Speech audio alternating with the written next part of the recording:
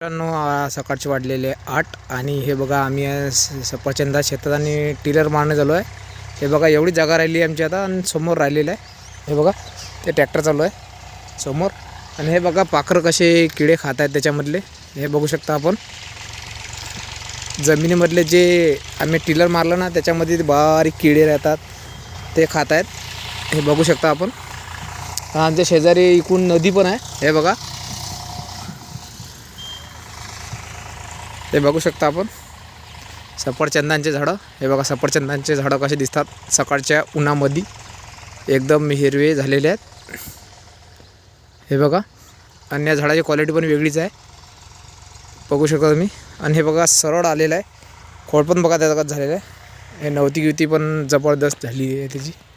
नवती पण जबरदस्त आहे. हे बघा आता डिसेंबरमध्ये याला कटिंग करावी लागणार आहे सफरचंदांच्या झाडाला. कटिंग म्हणजे हे खालचं शाट मारावे लागणार आहेत.